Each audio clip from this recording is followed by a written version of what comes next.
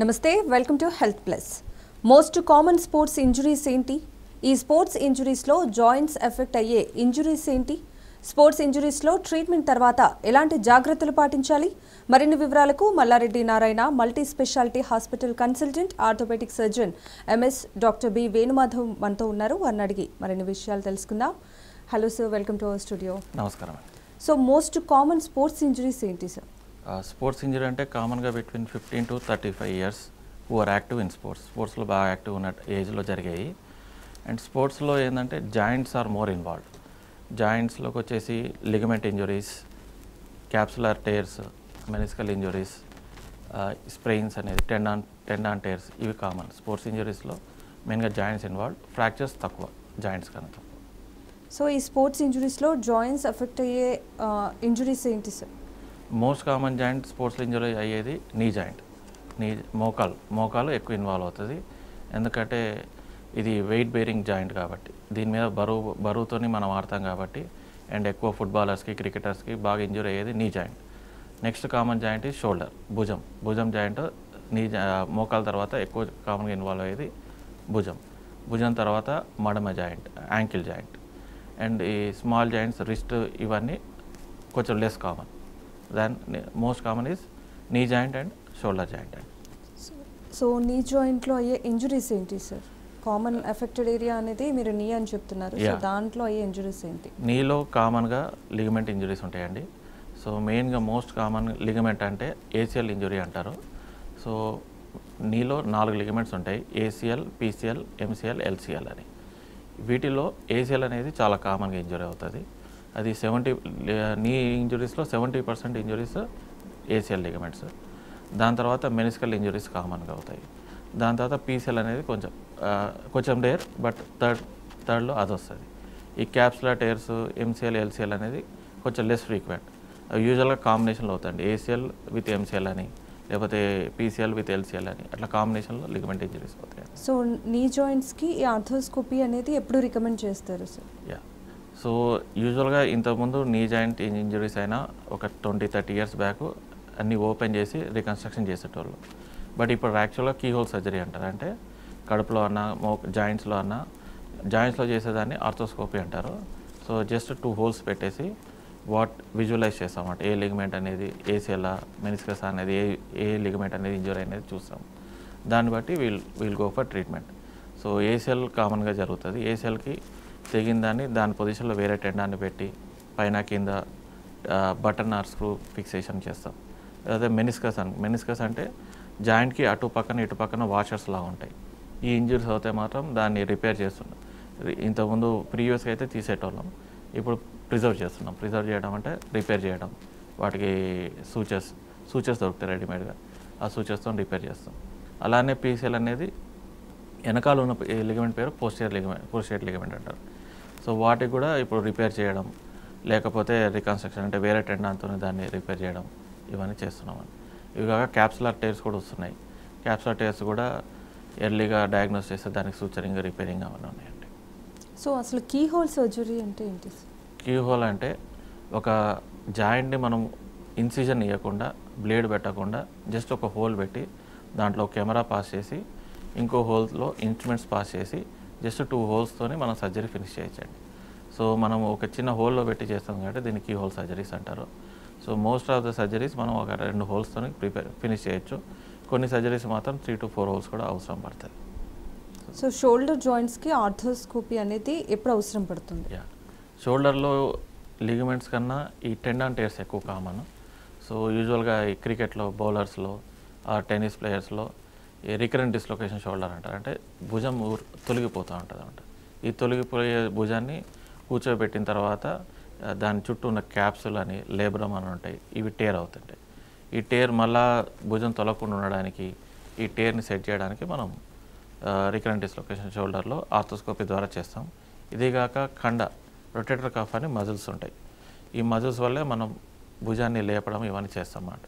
ఈ స్పోర్ట్స్లో ఈ ఎక్కువ రిపిటేటివ్ స్పోర్ట్స్లో బ్యాడ్మింటన్ వీళ్ళందరికీ, అండ్ డ్యాన్సర్స్ కూడా, and will see this in ఈ పోలీస్ ఆఫీసర్స్కి or constable who are well trained in athletes, వీళ్ళకు కూడా ఈ భుజంలో ఈ టెండాన్ టేర్ అయ్యే అవకాశాలు ఉంటుంది. వీటిని రొటేటర్ కఫ్ టేర్స్ అంటారు అన్నమాట.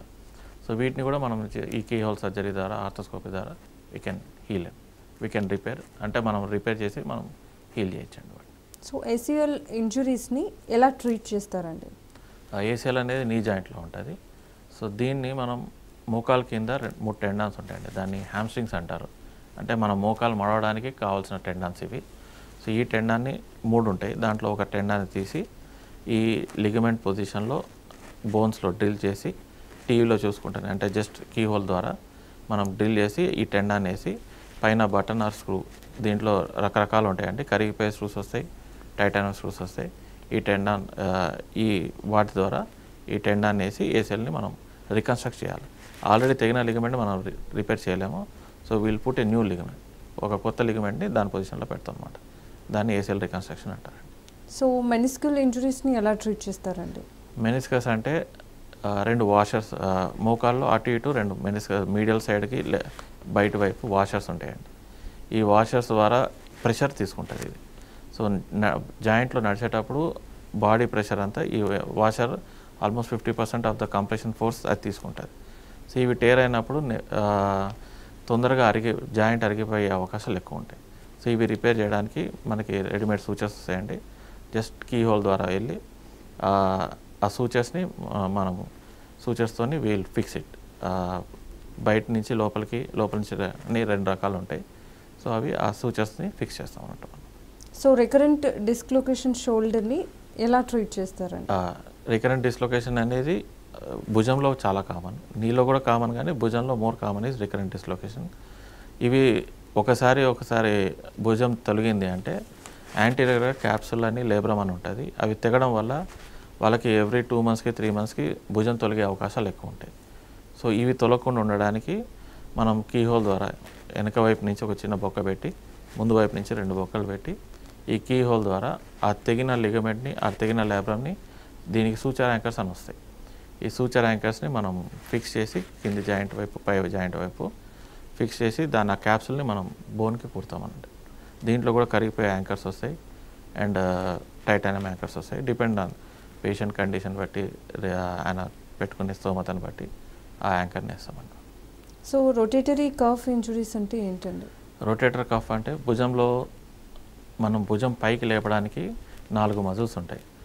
ఈ పేరు సుప్రాస్పైనటస్ అని, ఇన్ఫ్రాస్పైనటస్, టెరిస్ మైనర్, సబ్స్కాపులరిస్. ఈ టెండాన్ టేర్స్ని రొటేటర్ కఫ్, ఈ టెండాన్ గ్రూప్ని మొత్తం కలిపి రొటేటర్ కఫ్ అంటారు. సో ఈ కఫ్లో టెండాన్, ఈ బోన్కి ఈ కఫ్కి అటాచ్ అయ్యేదాన్ని టెండాన్ అంటారు. ఈ ఏరియాలో కనుక ఆ టేర్ అవుతే దాన్ని రొటేటర్ కఫ్ టేర్స్ అంటారు. ఇవి అవడం వల్ల రాత్రిపూట పండుకోలేకపోవడం, నైట్ పెయిన్స్ రావడం, చెయ్యి లేపలేకపోవడం, భుజం కాన్స్టాంట్గా భుజం నొప్పి ఉండడం, ఇవన్నీ వస్తుంటాయి.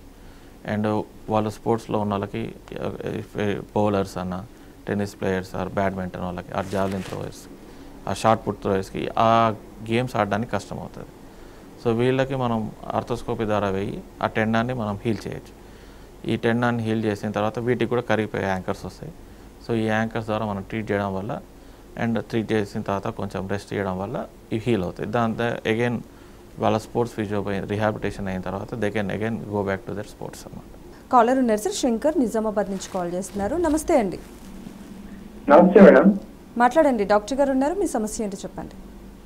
నమస్కారం సార్. నమస్కారం అండి, చెప్పండి సార్. నాకు 6 సంవత్సరాలు సార్ ఇది పెరాలసిస్ వచ్చింది. ఏమొచ్చిందండి? Paralysis sir. పెరాలసిస్ అంటే అప్పర్ లింబ్, కాళ్ళకా అండి చేతులకా అండి? కాళ్ళ చేతులకు మొత్తం బాడీ మొత్తం వచ్చిండే. అయితే నేను క్యూర్ అయింది కొద్దిగా, కాకపోతే ఫుడ్ డ్రాప్ అయిపోయింది సార్ 2 పాదాలు. ఎన్ని రోజులు అయిందండి ఇది? 6 సంవత్సరాలు అవుతుంది సార్ ఇప్పుడు. ఓకే, అంటే రీజన్ దేనికి వచ్చిందంటే పెరాలసిస్ ఏమన్నా పడ్డారా లేకపోతే ఏజ్ రిలేటెడ్? సడన్గా వచ్చింది సార్. అది నైట్ లో పడుతున్నాయి, లేచేసరికి పాదాలు కాళ్ళు అవేమి పనిచేస్తలేదు. అంటే మెయిన్గా ఇది పెరాలసిస్ అనేది న్యూరాలజీ చెప్పారు సార్ నాకు. ఏమని? జీబీఎస్ అని చెప్పారు. ఓకే, గుయిలెన్ బ్యారీ సిండ్రోమ్ అంటారు జీబీఎస్ అంటే. సో ఈ పెరాలసిస్ వాళ్ళకి ఇనీషియల్గా న్యూరాలజిస్ట్ వాళ్ళు ట్రీట్ చేస్తారండి. వాళ్ళది అయిపోయిన తర్వాత ఈ ఫుడ్ డ్రాప్ ఇవన్నీ ఉన్న వాళ్ళకి మనం ఆల్రెడీ పెరాలసిస్ వచ్చిన మజిల్స్ స్ట్రెంత్ చేయలేము. సో సో దానికి వేరే సర్జరీస్ ఉంటాయి. వెనక వైపు నుంచి వేరే ఏరియాల నుంచి ఉన్న మజిల్స్ని తీసుకొచ్చి ఈ ఫుట్ డ్రాప్ ఉన్న ఏరియాలో కుడతాం అనమాట. సో దానివల్ల మళ్ళీ అంటే మొత్తం కాకపోయినా కొంచెమైనా మీకు ఆ ఫుట్ డ్రాప్ దక్కి మళ్ళీ పాదాలు రీగైన్ అయ్యే అవకాశాలు ఉంటాయి. అది 2 కాళ్ళకు ఉన్నాయి కాబట్టి మనం ఆ సర్జరీ గురించి ప్లాన్ చేసుకోవచ్చండి. దీన్ని టెండాన్ ట్రాన్స్ఫర్ అంటారు. సో ఈ టెండాన్ ట్రాన్స్ఫర్ చేసుకోవడం వల్ల 100% కాకపోయినా కొంచెం 50%, 60% అన్న ఇంప్రూవ్ అయ్యే అవకాశాలు ఉంటాయండి. సో సర్జరీ కాస్ట్ ఎంత అవుతుంది సార్? యూజువల్గా ఈ లిగమెంట్ సర్జరీస్ ఆర్థోస్కోపీ అనేది వేరే వాటికన్నా చూస్తే కొంచెం కాస్ట్లీ సర్జరీస్ అండి. ఎందుకంటే దీని ఎక్విప్మెంట్ అవన్నీ కాస్ట్లీ తీసుకోవాల్సి వస్తుంది. అండ్ దీనికోసం సపరేట్గా ఆర్థోస్కోప్, కెమెరాస్, దాంట్లో కూడా షేవర్ సిస్టమ్ అని, రేడియో ఫ్రీక్వెన్సీ అప్లేటర్స్ అంటారు. ఇవన్నీ ఎక్విప్మెంట్ పరంగా చాలా కాస్ట్లీ ఉంటాయండి. సో ఇన్వెస్ట్మెంట్ ఎక్కువ ఉండడం వల్ల వేరే వాటితో పోలిస్తే కొంచెం కాస్ట్లీ సర్జరీస్. ఒక ఏసీఎల్ తీసుకుంటే మనం కరిగిపోయి స్క్రూస్ వేసుకోవాలంటే అరౌండ్ 1.2 to 1.5 వరకు అవుతుంది. బట్ ఇఫ్ యూ కంపేర్ వేరే హాస్పిటల్తో కార్పొరేట్తో వేరే హాస్పిటల్తో చూసుకుంటే మనది ఒకటి నారాయణ అనేది కొంచెం more affordable than other hospitals. But ఒక షోల్డర్ తీసుకుంటే around it will more costly. ACL కన్నా ఇది కొంచెం కాస్ట్లీ ఉంటుంది. అరౌండ్ 1.5 to 2 lakhs వరకు ఉంటాయి అన్నమాట. సో ఆఫ్టర్ సర్జరీ హాస్పిటల్లో ఎన్ని డేస్ ఉండాల్సి వస్తుంది సార్? యూజువల్గా రికవరీ కీ హోల్ సర్జరీస్లో మెయిన్ అడ్వాంటేజ్ అంటే రికవరీ చాలా ఫాస్ట్గా ఉంటుంది. సో ఈ రోజు సర్జరీ అయిన తర్వాత యూజువల్గా నెక్స్ట్ డేనే మేము మొబిలైజ్ చేస్తాం పేషెంట్ని, డిపెండింగ్ ఆన్ ద సర్జరీ. ఇప్పుడు లిగమెంట్ సర్జరీస్ అనుకోండి, ఒక బ్రేస్ మీద మొబిలైజ్ చేస్తాం, తొందరగా మొబిలైజ్ చేస్తాం, తొందరగా నడిపిస్తాం. అండ్ కొన్ని simple meniscal tears plain arthroscopy అంటే 24 hours హాస్పిటల్లో ఉంటే సరిపోతుంది. But if it's ligament tear యూజువల్గా 48 hours to 72 hours పెడతామండి, depending on the patient. If the patient is good 48 hours 2 daysలోనే డిశ్చార్జ్ చేస్తాము. కొంతమంది పేషెంట్లకి పెయిన్ పర్సెప్షన్ ఎక్కువ ఉన్న వాళ్ళకి 3 to 4 days ఉంటాం. ఈవెన్ షోల్డర్స్లో కూడా 2 days ఈజ్ యూజువల్గా మన హాస్పిటల్లో ఉంచేది 2 days అండి. 2 days or 3rd day usually discharge దాం. రొటేటర్ కఫ్కి ఒక బ్రేస్ అంటే అబ్డక్షన్ బ్రేస్ ఒకటి ఉంటుంది, ఆ బ్రేస్ పెడతాము. ఆర్ఎల్స్ లేకపోతే సింపుల్ ఆర్మ్ స్లింగ్ ఇచ్చేసి will ask them to mobilise early with recurrent dislocation and. But only rotator cuff టైర్కే కొంచెం ఇంబోలైజేషన్ ఎక్కువ ఉంటుంది, యూజువల్గా 4 to 6 weeks ఉంటుంది. Then will mobilise them according to their needs అన్నమాట. సో ఒకసారి సర్జరీ అయిన తర్వాత మళ్ళీ ఫ్యూచర్లో ఏమైనా ప్రాబ్లమ్స్ ఫేస్ చేయాల్సి వస్తుంది సార్? నో, యూజువల్గా వీటి success rate around 98 to 99%. The 1% ఎందుకంటే యూజువల్గా ఎన్ని సర్జరీలో ఇన్ఫెక్షన్ ఛాన్సెస్ ఎక్కువ ఉంటాయి అండ్ ఇంప్లాంట్ ఫెయిల్యూర్ అయ్యే అవకాశాలు కొంతమందికి ఉంటాయి. But the success rate is usually around 98 to 99%.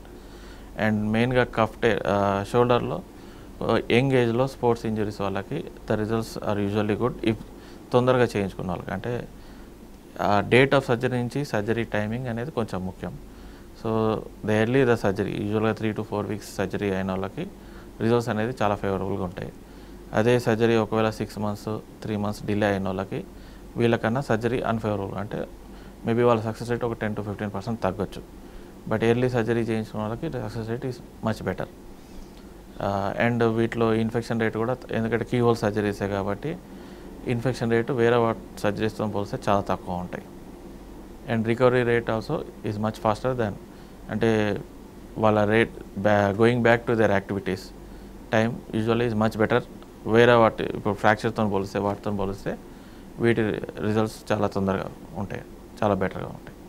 So treatment సమయంలో పేషెంట్ తీసుకోవాల్సిన జాగ్రత్తలు ఏంటండి?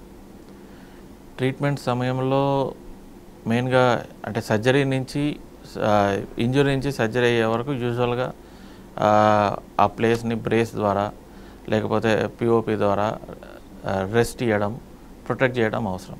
ఎందుకంటే ఒక లిగమెంట్ ఇంజురీ అయిన తర్వాత మళ్ళీ సేమ్ యాక్టివిటీ కంటిన్యూ అయ్యేటప్పుడు మళ్ళీ రీటేర్ లేకపోతే దాని వెనకాల ఉన్న లిగమెంట్ వేరే వాషర్స్ తెగే అవకాశాలు ఎక్కువ ఉంటాయి. సో ఇవి కాకుండా ఉండడానికి మనము దాన్ని ఒక అంటే నీ జాయింట్ అనుకోండి, నీ బ్రేస్ వస్తాయి, లాంగ్ నీ బ్రేస్, ఫిక్స్డ్ నీ బ్రేస్ లేకపోతే హింజ్డ్ నీ బ్రేస్ అని వస్తాయి. వీటి ద్వారా ప్రొటెక్ట్ చేయడం అవసరం. అదే షోల్డర్ అనుకోండి, ఇమ్మొబిలైజర్స్లో ఉన్న ఆంపోస్ట్లో ప్రొటెక్ట్ చేయడం అవసరం సర్జరీ ముందు. సర్జరీ అప్పుడు సర్జరీ తర్వాత ప్రోటోకాల్ ఉంటుందండి మాది.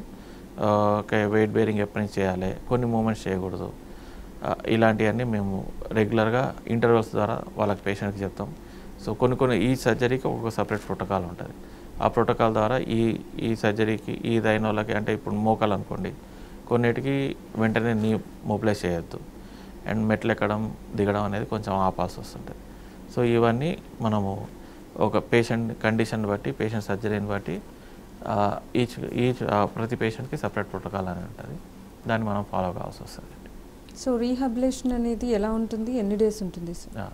స్పోర్ట్స్ ఇంజరీలో 50% సర్జరీ అయితే 50% ఈజ్ రీహాబిలిటేషన్. అంటే మనం 50%లో సర్జరీ వల్ల రిజల్ట్స్ ఉంటే రీహాబిలిటేషన్ అనేది చాలా ముఖ్యం. ఆ రీహాబిలిటేషన్ వల్ల వాళ్ళ రిజల్ట్స్ 50% వేరే అయ్యే అవకాశాలు ఉంటాయి. సో దానికి a trained physiotherapy department is very much necessary.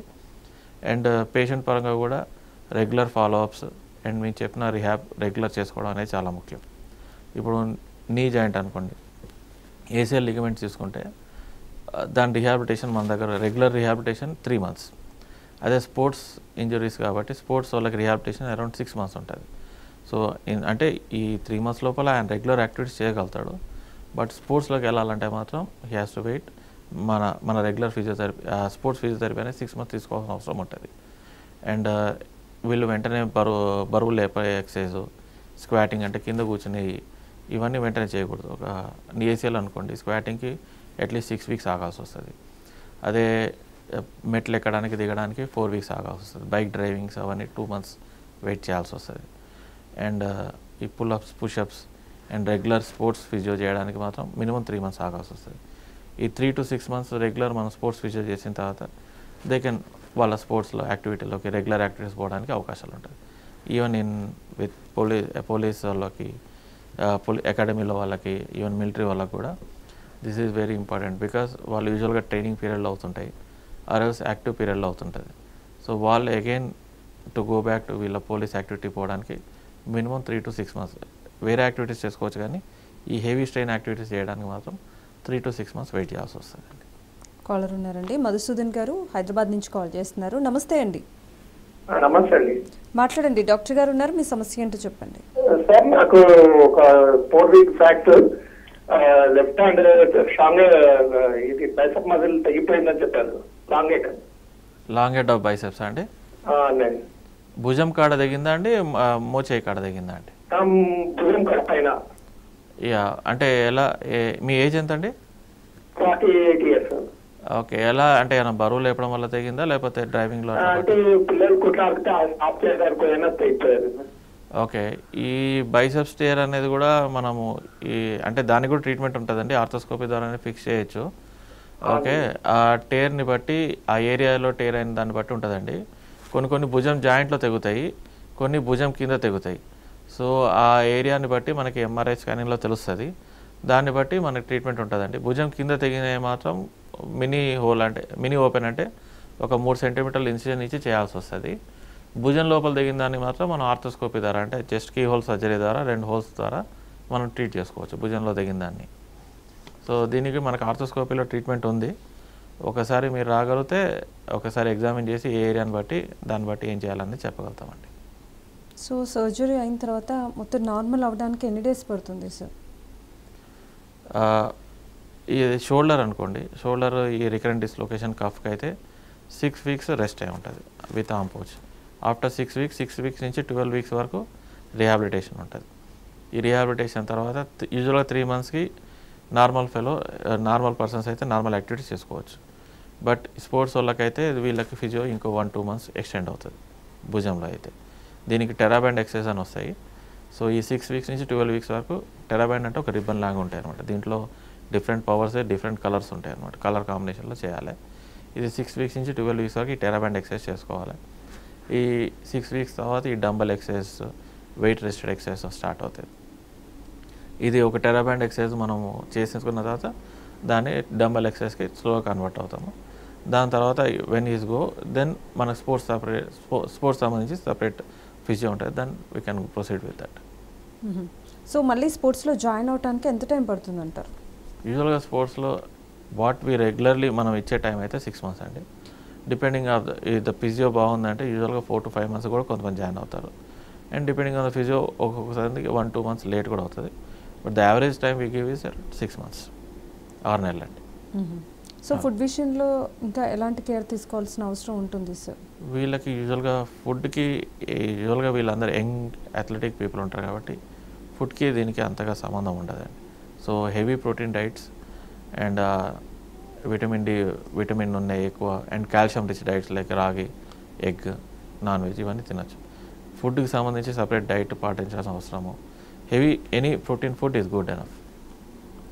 Caller ఉన్నారండి, వెంకటరెడ్డి గారు మహబూబ్ నగర్ నుంచి కాల్ చేస్తున్నారు. నమస్తే అండి. నమస్తే సార్. మాట్లాడండి, డాక్టర్ గారు ఉన్నారు, మీ సమస్య ఏంటో చెప్పండి. సార్ నమస్తే సార్. నమస్కారం అండి, చెప్పండి సార్. చెప్పండి సార్ నాకు ఆపరేషన్ అయింది సార్. ఏం ఆపరేషన్ అయిందండి? నడుములో సార్. ఓకే, అంటే డిస్క్ వల్ల దేనివల్ల అయింది? సార్ నడుములో ఆపరేషన్ దేనివల్ల అయింది? అంటే డిస్క్ ప్రాబ్లం వల్ల? డిస్క్ ప్రాబ్లం సార్, కింద పడింది. ఓకే, కింద పడ్డ తర్వాత అయితే కింద పడితే డిస్కులు అరిగిపోయినాయని L5, L3, L4 ఆపరేషన్ చేసి సార్. ఓకే, ఎన్ని రోజులు అయిందండి? ఆపరేషన్ చేసి 4-5 ఏళ్ళు అవుతుంది సార్. ఓకే, ఇప్పుడు నడవగలుగుతున్నారా? నడవగలుగుతున్నా కానీ మళ్ళీ అది స్క్రూస్ చేశారు కదా, స్క్రూలు కట్ అయినాయి అంటున్నారు సార్. మళ్ళీ సర్జరీ చేయాలి. ఓకే, అంటే స్క్రూ కట్ అయినాయి అంటే ఫ్రాక్చర్స్ తొందరగా కింద పడ్డారు కాబట్టి ఫ్రాక్చర్ అయి ఉంటుంది వెర్టెబ్రాలో. సో ఫ్రాక్చర్స్ తొందరగా అతకపోతే మళ్ళీ స్క్రూ కట్ అయ్యే అవకాశాలు ఉంటుంది. సో మళ్ళీ స్క్రూ కట్ అయితే మాత్రం అండ్ ఒకవేళ ఫ్రాక్చర్ డిస్క్ హీల్ కాకపోతే మాత్రం మీకు మళ్ళీ సర్జరీ చేసే అవసరం ఉంటుందండి. సో షోల్డర్, నీ కాకుండా అంటే ఇంకా వేరే ఏ జాయింట్స్ ఇన్వాల్వ్ అవుతాయి? అంటే ఇప్పుడు కామన్గా ఆర్థోస్కోపీ సర్జరీస్ అయ్యే మాత్రం నీ, దాని తర్వాత షోల్డర్ అండి. ఇప్పుడు రైట్ నౌ యాంకిల్ జాయింట్లో కూడా sports injuries, ankle is also common injury. But ఇంతకుముందు యూజువల్గా కన్జర్వేటివ్ అంటే పిఓపి ద్వారా, రెస్ట్ ద్వారా తగ్గే అవకాశాలు ఎక్కువ ఉంటాయి. ఓన్లీ 10 to 20% వాళ్ళకి వీటికి కూడా యాంకిల్ స్ప్రెయిన్స్ అంటారు. వీటిలో కూడా లిగమెంట్ ఉంటాయి, అంటే యాంటీరియర్ టాలోఫిబులర్ లిగమెంట్స్, ఈ ఇంజురీస్ అవుతాయి.